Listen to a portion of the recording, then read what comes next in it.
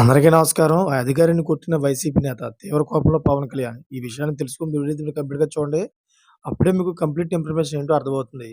అదేవిధంగా చాలామంది వీడియో చూస్తున్నారు కానీ సబ్స్క్రైబ్ చేసుకోవడం మాత్రం మర్చిపోతున్నారు.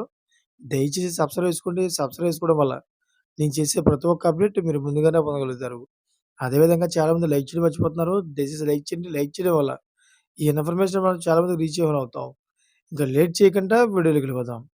ఫ్రెండ్స్, ఏపీలోని అన్నమయ్య జిల్లా గాలివీడు ఎంపీడీఓ జవహర్ బాబుపై దాడి ఘటనను డిప్యూటీ సీఎం పవన్ కళ్యాణ్ తీవ్రంగా ఖండించారు.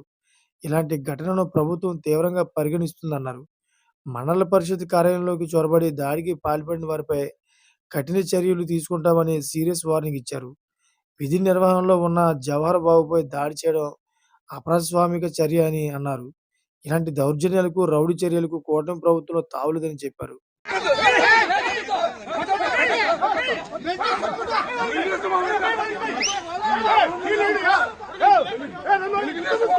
చూసారు ఫ్రెండ్స్, లేటెస్ట్ అప్డేట్స్ కోసం ఛానల్ సబ్స్క్రైబ్ చేసుకోండి. గంట బెల్ ఆన్‌లో పెట్టుకోండి.